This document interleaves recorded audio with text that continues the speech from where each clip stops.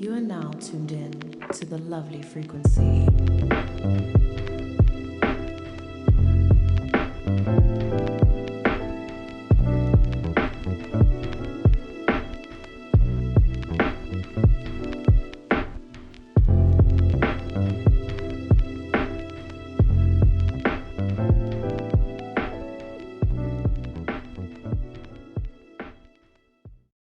Hi, my lovelies.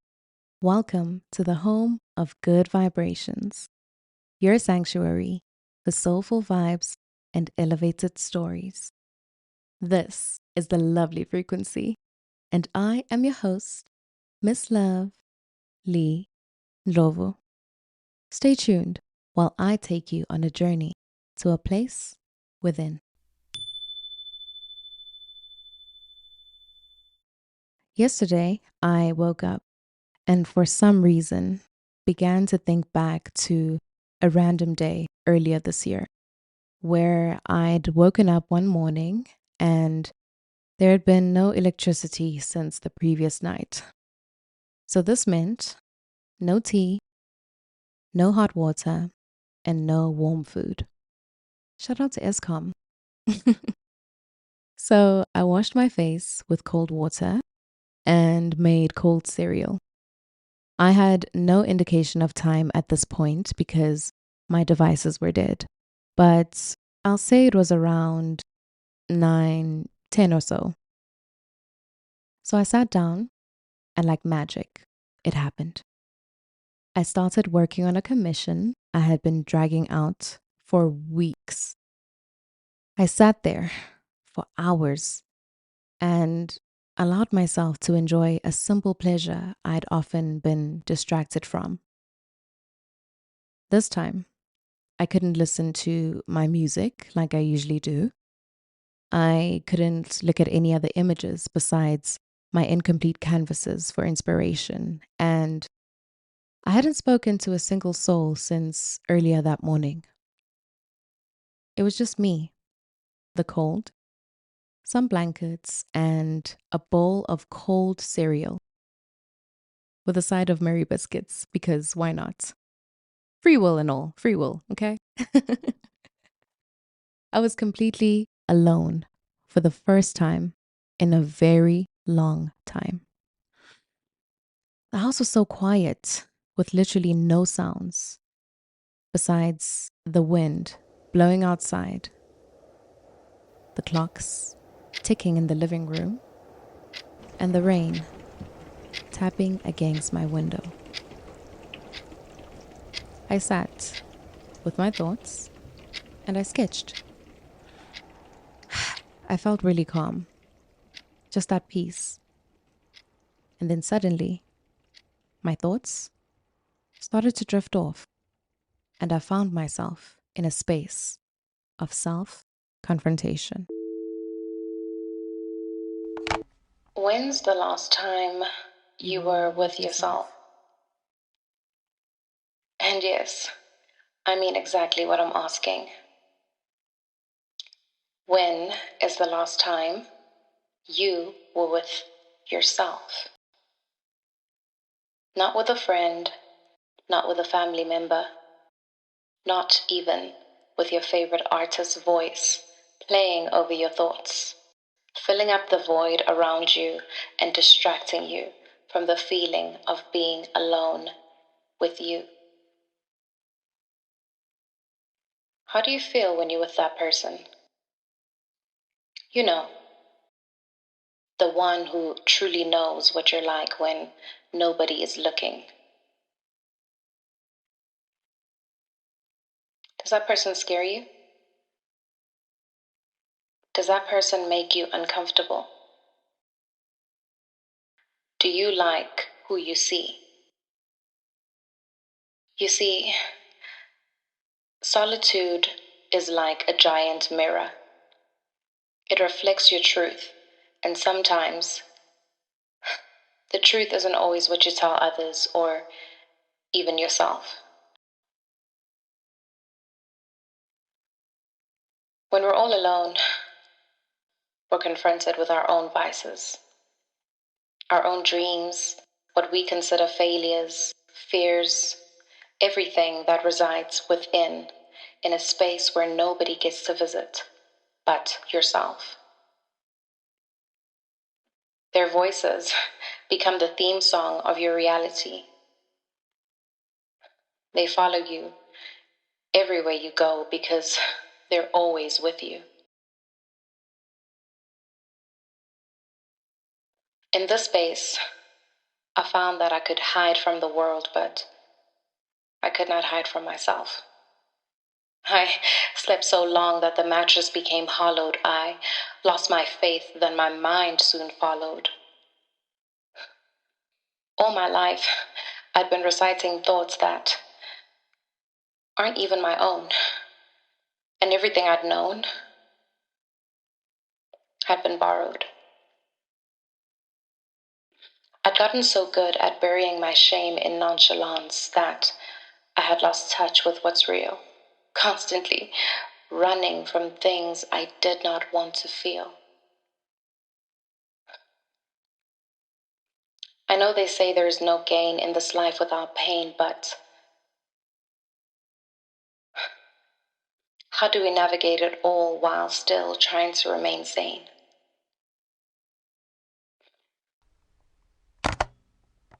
Remember when you were younger and people would ask you, what do you want to be when you grow up? Most people already kind of knew what they wanted to be. And I've even spoken to some people who've said that they've always had a feeling about what they wanted to be and always knew that they would be what they are today. But my experience was quite different. I never really knew what I wanted to be. See, throughout the years, I had gone through a number of possible identities, from lawyer to neuroscientist.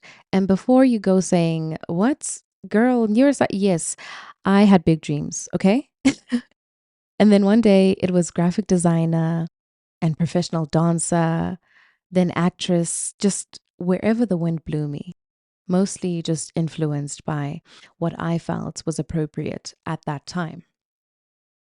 I had never really had a set idea about what it was that I wanted to do with my life because, well, I guess I never really felt that I was living my life for myself.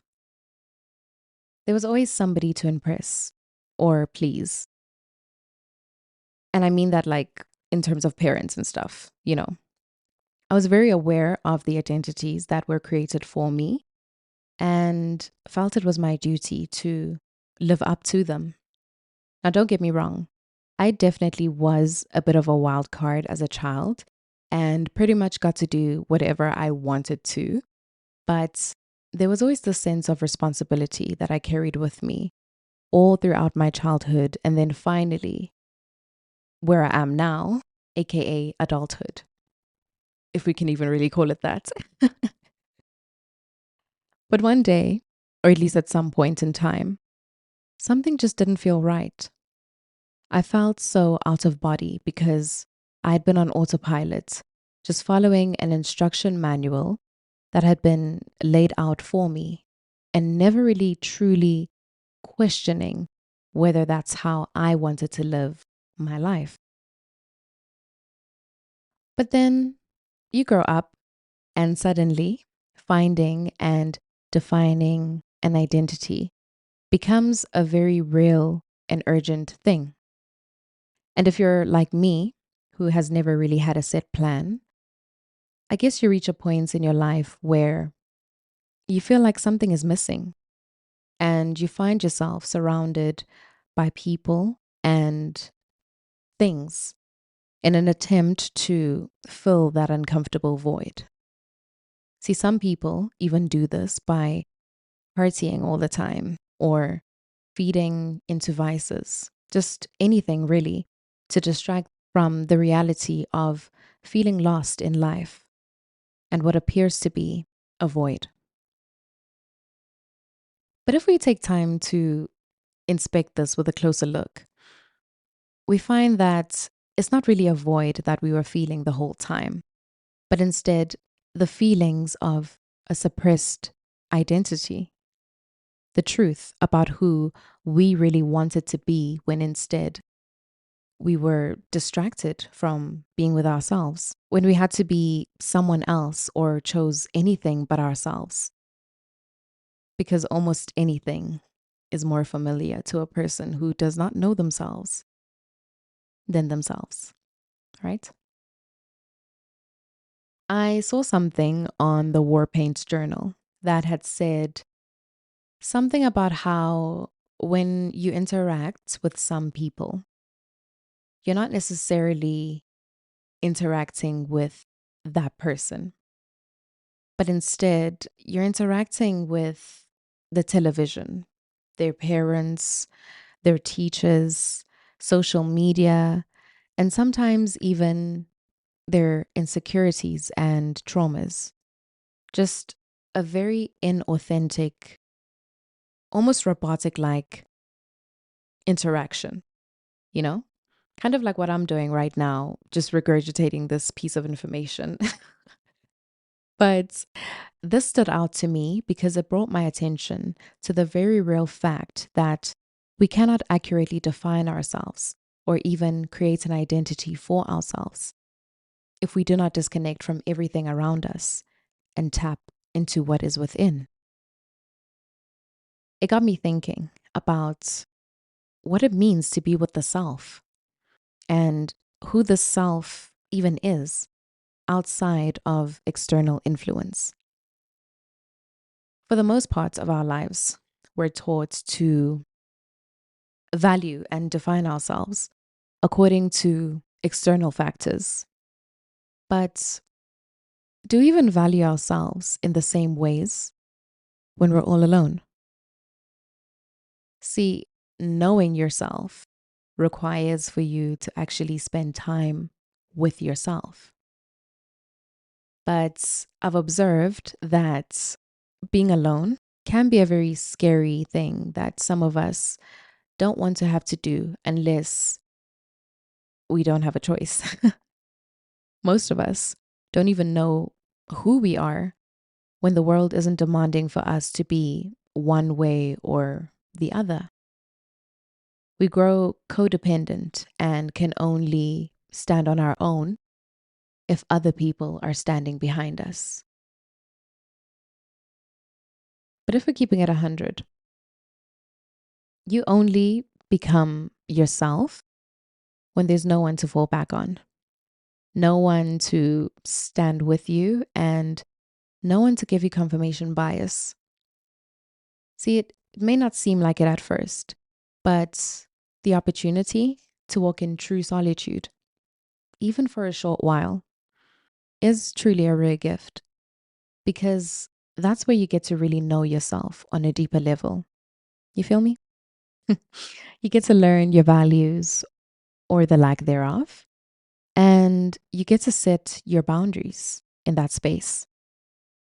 You see, we always have to be someone's something in this life, someone's child, someone's friend, someone's employee if you choose to go that route. But who are we when nothing is expected of us except the personal need to survive and overcome the things that cloud our minds and often hold us back from being truly free, from truly living? Now, I don't remember where I had seen a text that had pinpointed that the tragedy of being alone is not about loneliness, but about the stories that we tell ourselves about ourselves when we're alone.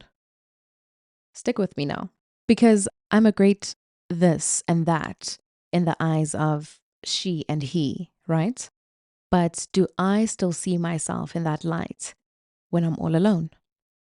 When there's nobody to impress, do I still believe all these great things about myself? And more importantly, do I tell myself these things when I'm alone? See, the act of self-assessing can be a really strange phenomenon at first. In the beginning, you observe the thoughts and ideas of other people about you. You define yourself through an external lens. before you even begin to look within. And that's even if you allow yourself to get to that point where you look within. But at the end of the day, one simple truth remains, and it's that we cannot keep placing our value on things and people that exist outside of ourselves. See, lately, I've been really fascinated with this whole concept of self-awareness. And I'm finding that you cannot truly be self-aware if you refuse to consider all of your qualities. And this includes both your weaknesses and your strengths. You cannot successfully self-assess if you're not willing to admit things about yourself, especially if you're not willing to admit, or even at the very least, try to find out why it is that being alone with yourself makes you uncomfortable. In one of my previous episodes, I reminisced on a time when a brand had tasked me with the mission of defining my authentic self, and how I had struggled immensely to accurately define her and then embody her. At the time, I I was only just describing things that I did, you know, fashion media student, makeup artist. I had dabbled in styling and modeling at the time, but all these things were just things that I did and not who I was. See, I didn't realize it at the time, but I found it hard to connect with my true self, the self that I had for a very long time thought that I lost somewhere along the journey of growth. I couldn't express my authenticity or even define what that looked like because I hadn't had time to be by myself, not in my life, and at that time, not even in my own head. And if you've ever studied for a qualification of any kind, I know you know exactly what I mean by that last statement, okay? It's always tests, bibliographies, quizzes, citations, just no time to even formulate your own thoughts at all. Shout out to Prisky. Anyway, what I'm really getting at here is the fact that when we remove distractions from our lives, we're able to focus better, especially on the things that are actually important to us, the things that feel good and help us be at home in our bodies. Now, don't get me wrong. I'm not saying that you should isolate yourself from people that you care for or even quit your degree or day job in order to find yourself. Please don't do that, okay? But I am saying that a healthy dose of alone time every now and then, and maybe even as often as you need it, is really a good thing because it'll help you connect deeper with yourself. See, the only way to tap into your authenticity, or at least the only way that I've found to be really effective, is to live life on your own terms. This is how you discover all the things that scare you and excite you. This is how you awaken your true, authentic self. Most of the time, we only want to be alone when we're not feeling our best, or when we're upset, or when we're trying to hide the things that we're ashamed of. But this is not the kind of alone time I'm suggesting, because as long as you're still hiding or hating or misunderstanding yourself in secret, you can never truly be free. You'll never figure out what yourself truly needs to be their best. Instead, I am emboldening you to sit with the things that make you uncomfortable, and eventually you'll find a way to make it go away. Not to numb them, not to distract yourself from those things, but to truly make them go away so that you can become the person that you truly want to be. Your challenges are meant to force you to take a better look at yourself and to deal with them, not to bury them deep in your head and then live your life trying to numb and distract yourself from them whenever they come up. And you know they're going to come up, okay? I read about an experiment that had found that we are more attentive and receptive to our surroundings and feelings in solitude. And I loved what it was suggesting because this increases our proclivity for self-reflection and for gratitude, aspects which are very important in our lives and in the creation of a positive self-image.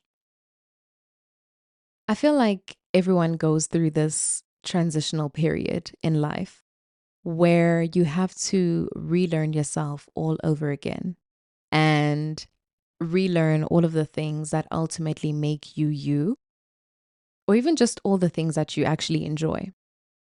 And if we're keeping it 100, you honestly can't do this if you don't take time to be with you. Now, I know it seems like a really silly thing to even say because you can't actually physically be apart from yourself, right?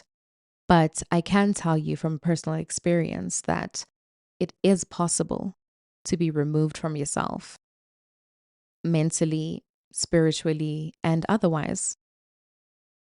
Most times, we don't even do it intentionally. It's just so easy to find yourself in a loop where from the moment you wake up, it's other people's thoughts, feelings, and ideas over your own, with no room for silence. When you unconsciously reach for your phone first thing in the morning, you invite other people's thoughts and feelings to become your own. So much so that it kind of just informs the way your day is going to go, and ultimately, without even realizing it, your life. See, I say all of this to draw your attention back to the initial question at the beginning of this episode, which was, when's the last time you were with yourself? When you allowed yourself to disconnect from the world and to tune in to your own frequency. See, I have recently started doing this more and more by doing simple things such as putting my phone down when I'm engaged in other activities and limiting other people's access to me when I really just need a break. Okay. I also try to take time to be mindful. And since I love and care for you so very much, I thought I would share just a few things that I've learned from spending time alone. And hopefully, this encourages you to have your own alone time and experience. Alone time has taught me that happiness is 100% in my hands. When there is nobody else around, I cannot blame anyone for the inadequacy I may feel or the embarrassment and dissatisfaction that may come up. I cannot rely on anybody but myself to get past these feelings and to get myself in a space that's better. Because at the end of the day, I am the one who experiences and perceives these things. And I am the one who has the ability to shift my head to the side and look at things differently. In my alone time, I learned that I'm not irredeemable. I can always start anew, change my lifestyle, my mind, and my routine. I realized that the only captain that's going to save a hoe is me. Okay? Nobody's coming to save you. The sense of entitlement that we're born with dies out very quickly when you realize this. Being alone is adulting. I am the last born of 3 kids and also the only daughter. So I've never necessarily had to be alone. And I bet there was a strong hesitancy on my parents' part to ever leave me alone without anybody being there for me. So it took me a little longer to be comfortable with the idea of being alone. But I realized that if I continued to resist this experience, I would be resisting growth because I cannot learn to be independent if I am always depending on others, right? Yeah. Solitude has taught me who I am when the world isn't demanding for me to be any particular way. It's caused me to come face to face with whether or not I like who I am when nobody's looking. And it's made me realize that if the same problems constantly show up in my life and in a similar fashion, I've got the wrong idea about who and what those problems really are. And this is a harsh truth that nobody is willing to immediately accept. But when you're all alone, there is nothing left but acceptance because denial is merely a river in Egypt. Okay, baby? One that I am not prepared to drown in. Okay? No, thank you. In the silence, I get to self assess and I find that I am flawed in many ways. But these things don't define me, they just make me human. Beautiful, strange, complex, but also complete. There have been times when I've allowed these flaws to act as excuses for not wanting to change. But I've realized that while this helps you get away with many things, it prevents you from growing and becoming your better version. I realized that I don't have to be a perfect concept because this doesn't exist, you know? This actually makes me think of a quote by, I think it's Bo Taplin, where he says that just like the moon with all its cracks and craters, you are not only beautiful when you're full, in all of your phases and fractions and pieces, you are still worthy of love. And that I am worthy of love, of joy, of all the beautiful things I dream of, and of a life that is not perfect in the eyes of others, but more than good enough for me. I often found myself searching for quiet when the world was too loud, when I had inner turmoil and the voices of others played over my own thoughts. And in the search for inner peace, I found that it had always been there. I didn't need outside confirmation of its existence because the answers I often searched for are inside of me. It was just a matter of how far and willing I am to go to uncover them.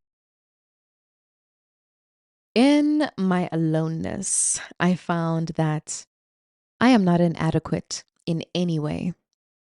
The opportunities I have missed, the things I have failed at, were not because I wasn't enough. Most of the time, it was just due to a lack of trying on my part, and sometimes just due to the fact that the thing just wasn't meant for me anyway, you know? Nothing is promised to me except the things that I am willing to put myself in alignment with so that I can stand a better chance of receiving them. I'm finding that there isn't a specific way that things were or are meant to go. And there isn't a specific person I was meant to be. We learn and change and grow every day. And all of that change informs and shapes our lives, experiences, and our outlook on life. So if we're constantly exposed to different information, how can we believe that we're meant to just be one specific version of ourselves forever? You know, it just doesn't make sense to box yourself in that way when there's literally no limits to who and what we can be. In my solitude, I'm finding that I'm a bad bitch. Yeah. I forget that sometimes when I'm caught up in the grind, that I start looking and thinking like my problems. I realize that I am who I've always wanted to be. And young me would be proud of me. I finally found her. I may not be in the spaces and have all of the things that I desire just yet, but in my eyes, I'm still the baddest out. And I love her because my sense of self worth does not come from a place of comparison to anyone else but myself. I'm a one of one, and that's more than enough confirmation for me. So, my loves, today I am urging you to spend some time with yourself. When you get a chance, just break away and be alone. Don't run away from being alone because this is really one of the most important and maybe the biggest step in building your self esteem and tackling inner struggles. Celebrate your singleness, soak in your solitude, go on long walks, leave your phone behind, and take in your surroundings. Allow your mind to be still for a bit and just listen to the birds and the rustling of the trees. If you truly dedicated some time to introspect and dig deep into your being in this very moment, what would you have to say for and about yourself after? What would that internal dialogue sound like? Put yourself in a space where you can discover new things about yourself. And if it makes you uncomfortable, take the time to figure out why. I guarantee you that under all that noise is someone worthy of love and capable of giving themselves a wonderful life, one worth truly living. And I mean that sincerely. I'm your host, Miss Love, Lindlovu.